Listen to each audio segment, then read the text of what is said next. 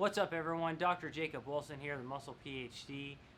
If you're following the YouTube channel, make sure you hit subscribe, like, share this with everybody. We're in our live questions and answers today. What I'll do is I'm just going to go ahead and hit a topic, and then I'll let you guys jump in with whatever questions that you guys might have. So the topic of the day, what we're talking about, is carbohydrate cycling. Pretty interesting topic. Basically, the thing you have to understand is that about carbohydrates is that there are a number of factors that affect fat burning. Okay, one of those is certainly calories in, calories out. That's right. But also, you want to make sure you're in a favorable environment to burn fat when you're in a calorie deficit. Okay, because a calorie deficit, you could also burn muscle, right? So also, it's not just calories in, calories out, because if I overfed, for example, with protein versus overfeeding with carbs, I would have a much harder time gaining fat on the protein than the carbs. So it's not just calories, there's other factors involved. And I can show numerous studies that absolutely support that. If you look, there are tons of studies just on protein quality, for example, that demonstrate that different proteins, even controlling for calorie consumption, change body composition drastically just based on the quality. So I think it's very important. There's studies with even taking, switching out different types of fat, medium chain triglycerides versus long chain fatty acids, showing a better fat burning effect, better metabolism effect with medium chain triglycerides. So it's not just calories, okay? So one of the factors is that there's this thing called your carbohydrate threshold, okay? And the carbohydrate threshold in bodybuilding or weightlifting, we think about a spillover effect.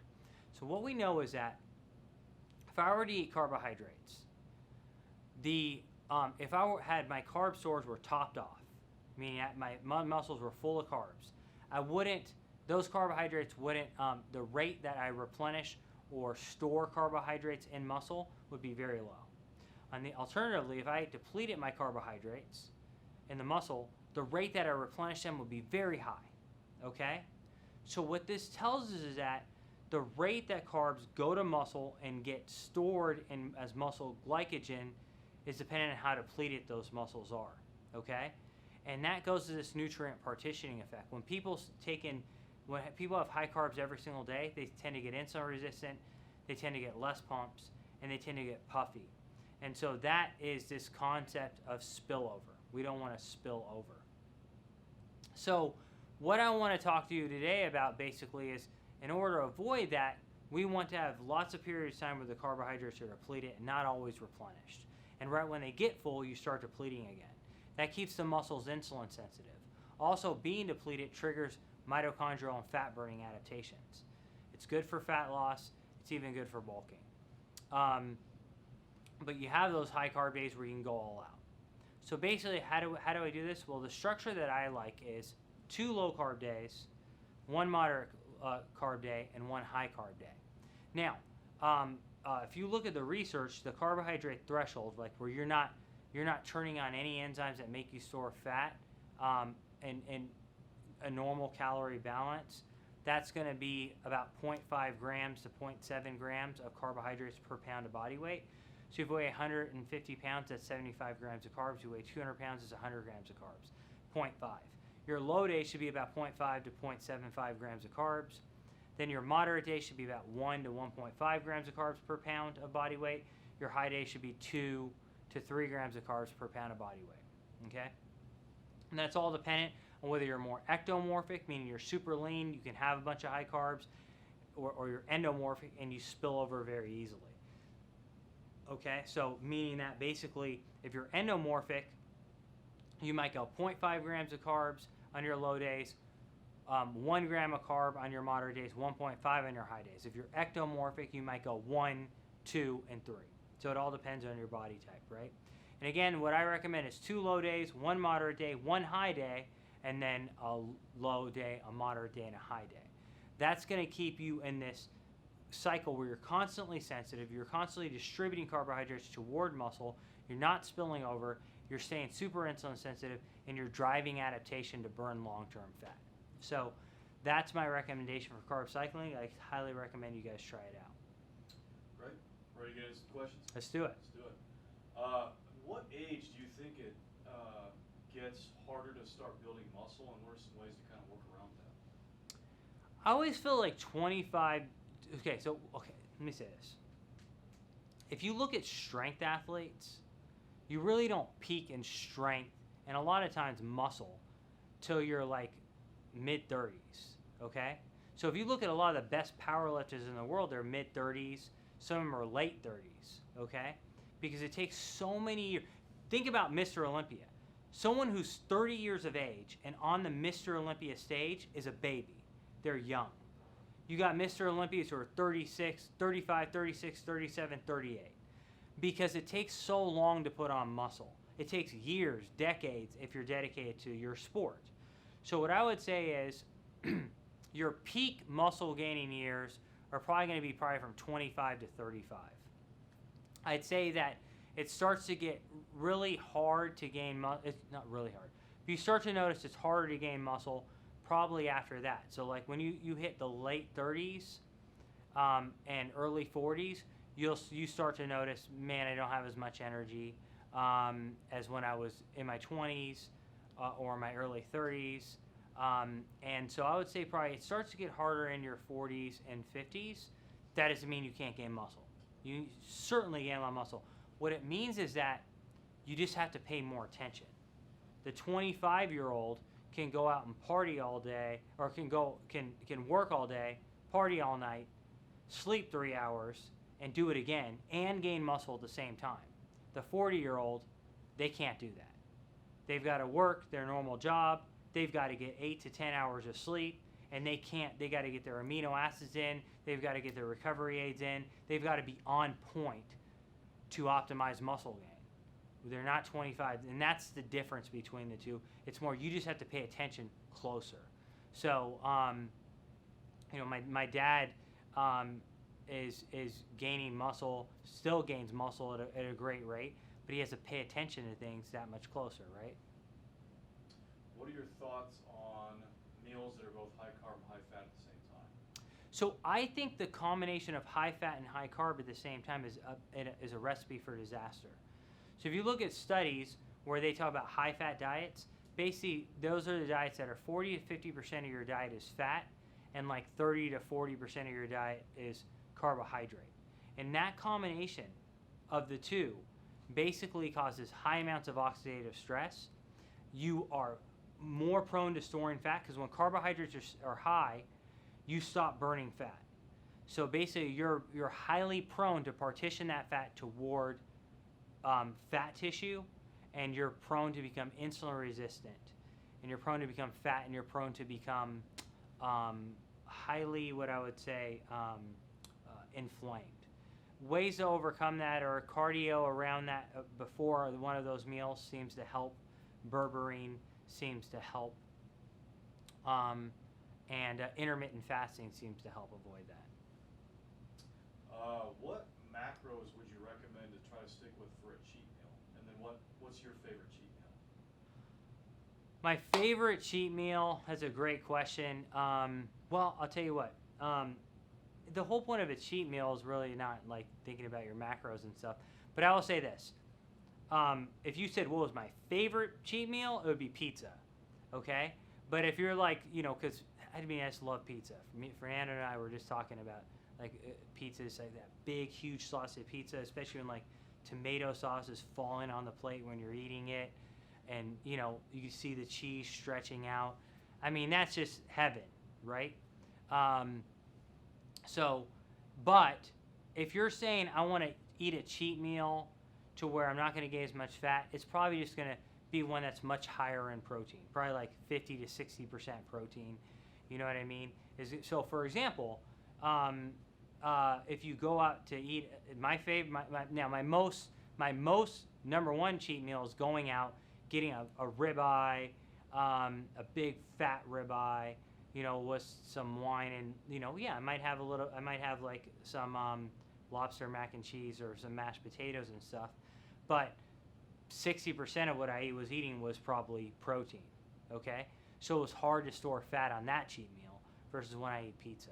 So I guess like a higher protein cheat meal where I'm only having a little bit of carbs is probably your best, whereas the pizza's got a lot of carbs and a lot of fat, so it's easier to store fat that way. What are your thoughts on hormone therapy for guys over 40 looking to build muscle? So listen, as we age, our hormones go down, okay? And so I think that optimizing your hormones, I think hormone replacement therapy is certainly something you should talk to your physician about, because I think that you should, if you're looking at it, if you could bring your levels back to when you were in your 20s or 30s, you're going to be leaner, you're going to recover faster, you're going to be happier, your whole life's going to be better. So I definitely think it's something you should talk to your physician about, is hormone replacement therapy after 40 years of age for certain. How important is iodine in the diet? So iodine's important, especially for like thyroid function, but I think if you're just salting your foods, you know, most salt has iodine, then I think you're probably fine. It's not something that you have to like look for.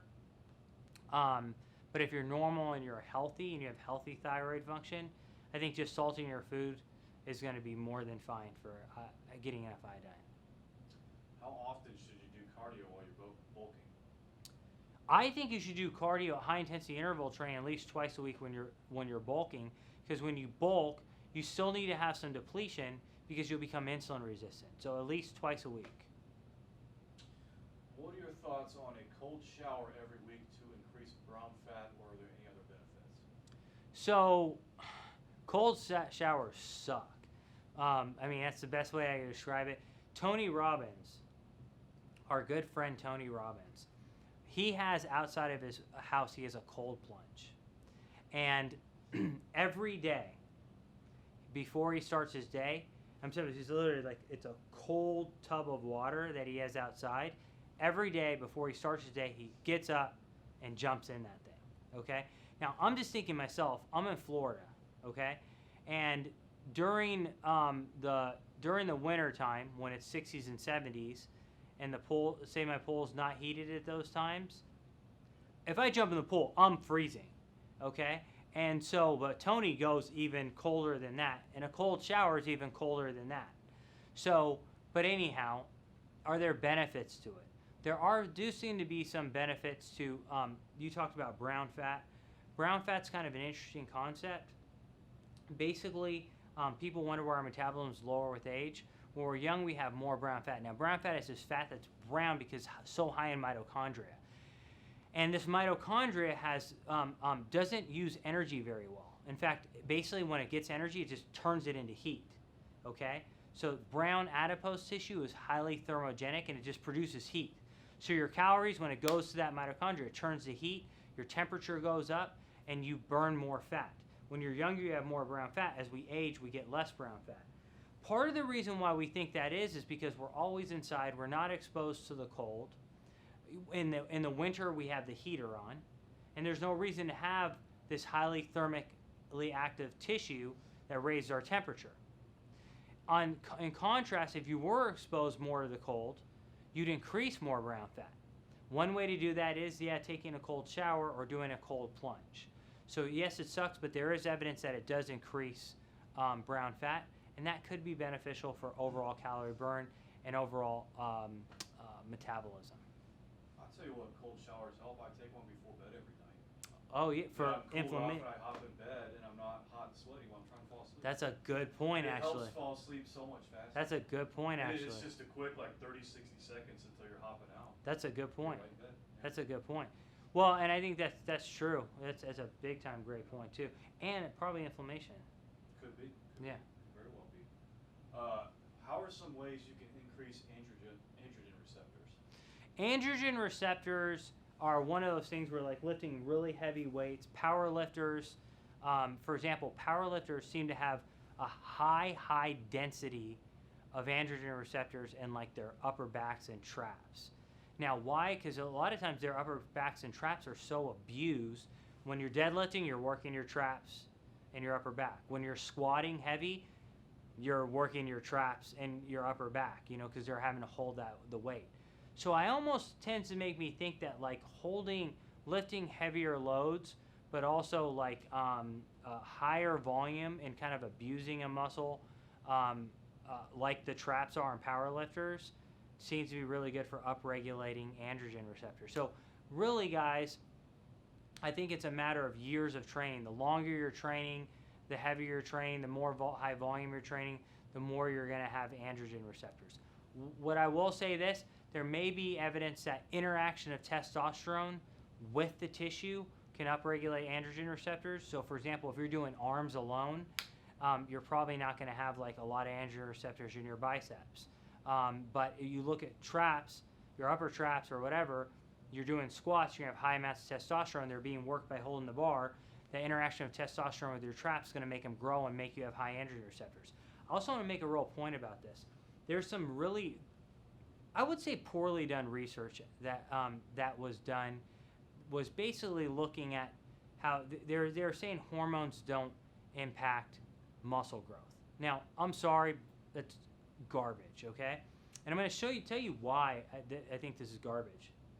All right, they take untrained people and they look at the acute hormone response that you get to training, and they go, oh, we don't see a relationship between short-term increases in testosterone and muscle growth, okay? So then, to further prove their point, they do a study, and they take women and they take men, both untrained. They look at their testosterone response to training. Now, no surprise here, shocker, the guys had higher testosterone responses than the women. They then looked at muscle protein synthesis, and there were no differences in muscle protein synthesis between the untrained men and women. They concluded that hormones have no impact on muscle growth or protein synthesis. That means that I can conclude to you that sex has no impact, okay? Whether you're a male or female, has no impact on muscle growth. Okay? Sorry, hello, McFly, right? That doesn't work. I am sorry. Men gain more muscle than women. It's just a fact. There's tons of studies on this, and you don't even have to read studies. Before research was even done, people could have told you that. So then what's the discrepancy here, right? What is going on here? They're both untrained. Okay? The men don't have high amounts of androgen receptors because they're untrained. So their ability to utilize testosterone is low. That's why there's an adaptation that as we train a long time, we upregulate androgen receptors. So these bogus studies in untrained people, or males versus females, that study there absolutely made me conclude the false nature of just how bad this research was and the conclusions that we came to. Good rant. Thank you. Well, what are some of your favorite tips for growing the lower chest? Favorite tips, that's actually a good Q&A even like, but favorite tips for growing the lower chest? Well, I tell you what, the lower chest, best way to train it is going to be like, I think decline bench is really good. Decline flies are really good. Dips are really good for adding thickness to the lower chest. So I think dips and decline movements, like decline bench, decline dumbbell bench, decline flies, all of those, and again dips, very, very good ways to thicken the lower chest. What are some of your suggestions for training calves for heart gainers? Well, my suggestions for training calves for heart gainers is train them every single day. That's my number one suggestion. And so like for me, like when I was trying to make my calves grow, and I would train like 40 sets a couple times a week. But I'm not saying you're going to do that, but I will say high volume and train them every single day. And I like to break them up. So do standing movements like standing calf raises, donkey calf raises, day one. Next day, do a bunch of seated calf raises to isolate out that V part of the calf, the soleus. The next day, train the anterior, meaning like do reverse calf raises. So you're standing, you're doing reverse calf raises. Or you go to the lying leg curl and sit like this and do reverse calf raises for the front of the calves, and then start back over. You train them 6 days straight, take 1 day off, and train them again. If you do that for a year, I guarantee you your calves are going to probably be twice the size. Okay. Also, a lot of intraset stretching is absolutely the best thing you can do for calves. You have to get a pump in your calves so you can't even wiggle your toes, because you just can't. You can't move. You can't flex your at the ankle at all because they're so full of blood. What are your thoughts on testosterone for postmenopausal women? So, okay, testosterone for postmenopausal women. There's been some research on that. That's something you definitely want to talk to a physician about, and it's something that you definitely want to be physician guided if you're going to do that. There is some evidence that could be beneficial, but it's not as simple as with guys, because guys have a wider range. Like, oh, yeah, you know what? Damn, I overshot and I'm at 2,000, milligrams per deciliter. Great training week. For women, if they overshoot, there's more side effects and more long-term side effects. So it's more tightly regulated, and so don't try that on your own. You need to talk to your physician about that. There is a potential for it, but it is more tightly regulated than a man, I would say. Just make sure you see your physician and do your research on it. What are your thoughts about a peak week diet for like photo shoots, competition, or just showing up at the beach? Well, I think a peak week diet's really, really a good. First off, if you are a bodybuilder, I think that doing peak weeks for photo shoots is good because you'll learn your body better for a contest. So for that reason, I think it's beneficial. But if you're doing a photo shoot and that's important to you, then yeah, you do a peak week. I think that it could work. And basically what that means is that you're going to deplete the muscles of carbohydrate source and you're somewhat carb up, and you're going to limit your water intake so that you can see your muscles that much more. What are the differences between parallel and series hypertrophy?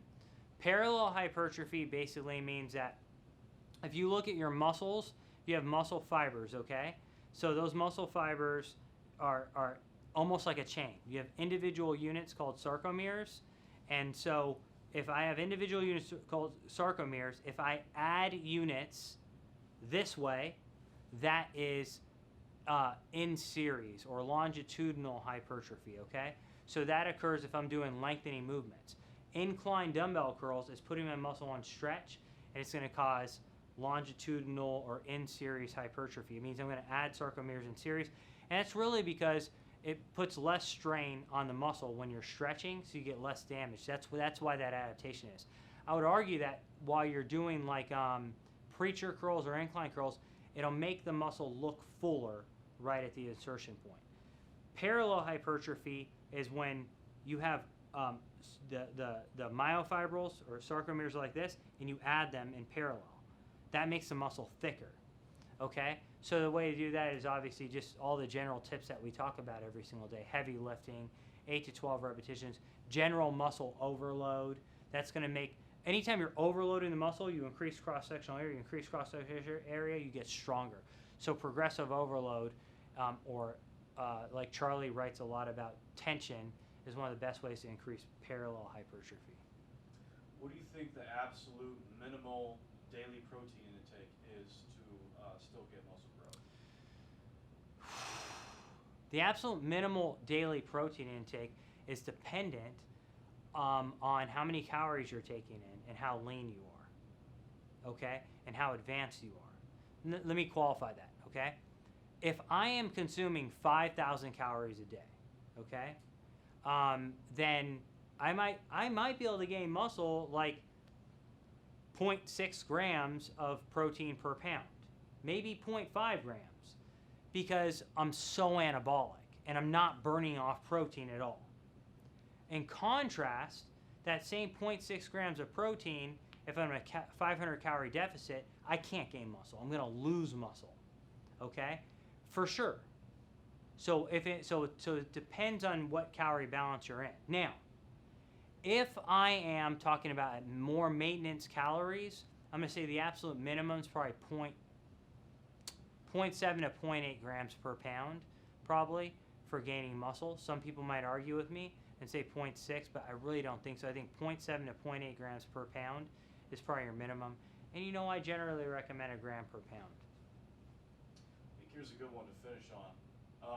What's the best time to do cardio for fat loss when you're trying to gain muscle? Oh, if your main goal is trying to gain muscle, and you're doing cardio, then, I'd probably just say you're just trying to keep yourself insulin sensitive, so you do it in the middle of the day, afternoon, evening, when you're not in a catabolic state. Because you're not trying to be highly in a catabolic state. So probably at least one of your cardio sessions I would do probably in the middle of the day or at the end of the day, just to keep yourself insulin sensitive. Whereas when you're trying to burn fat, it could be good when you're more depleted. It could be good in the morning. Okay. I think that's it. All right, guys. Hey, these were really, really great questions today. Some of the best questions that you've had. Thank you so much, guys. If you are watching again, if you're just tuning in, we will be putting this up on YouTube in a few days here. And if you're watching this on YouTube, again, make sure you like, subscribe, share this. If you're on Instagram, same thing. Share the love. And thank you so much, guys. I will see you next Wednesday.